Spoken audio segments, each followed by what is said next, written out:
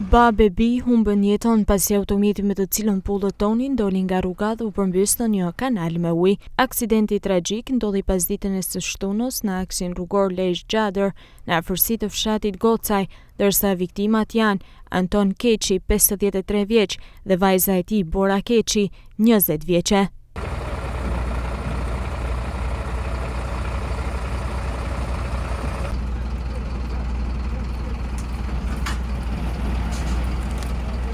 Ngjarja u zbulua në orët e vona të mbrëmjes pas denoncimit të djalit të familjes për humbjen e kontakteve me babain dhe motrën e tij.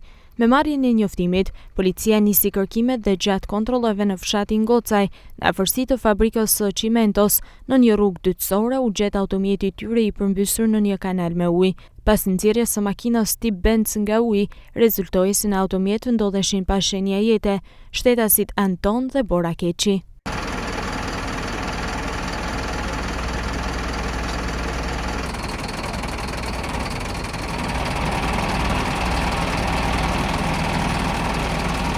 Nga veprimet paraprake të policisë, bëhet me dije se automjeti drejtohej nga 20 vjeçaria, e cila ka humbur kontrollin duke dalë nga rruga dhe përmbysur në kanal, ndërsa vijojnë hetimet për zbardhjen e plotë të rrethanave dhe shkaqeve të këtij aksidenti.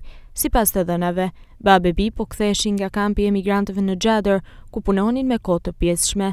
53 vjeçari Anton Keqi ishte me profesion mjek dhe ushtronte prej vitesh detyrën e shefit të shëndetësisë në burgun e Shënkollit në Lezhë, ndërsa vajza e tij 20 vjeçare ishte studente në Fakultetin e Mjekësisë në Tiranë.